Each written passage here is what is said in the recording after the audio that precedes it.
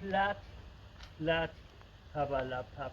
Jo, Lüd, das ist wie kein Naturfilm. Nee, was die wohl denkt. Das ist der platte Freitag. Jo, und wie so ein Typ mal wird unterwegs befreundet, die Sigrid, habt ihr vielleicht schon sehen, und Hinrich, nicht? Und den Kameramann, das ist Jürgen.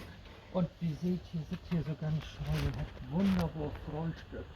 Nicht mit ja, und die Tomaten, die waren schon, dieses Brot in den Backofen, hier, oh, mit Öl und mit anderen Schornformen. Und hier, guck mal hier, was hat so Gift.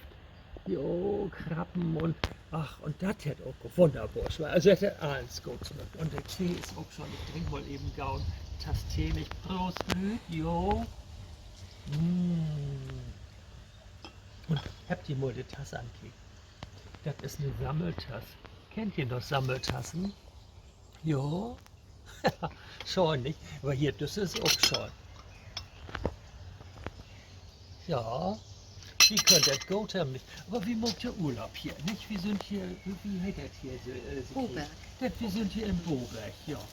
Und das ist wunderschön. Und so, wie denkt ihr, bleibt ihr einfach hier? Was wollt ihr noch, wenn ihr nur Hus fahren? Wir können die auch Urlaub machen.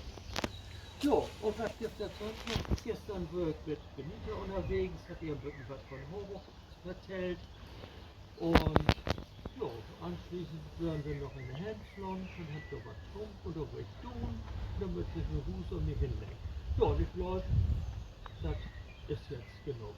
Und ich wünsche was, einen schönen Plattenfreitag und ein schönes Weekend. Und ich denke mal, tschüss, und vielleicht denkt ihr alle mal tschüss. Tschüss. Tschüss.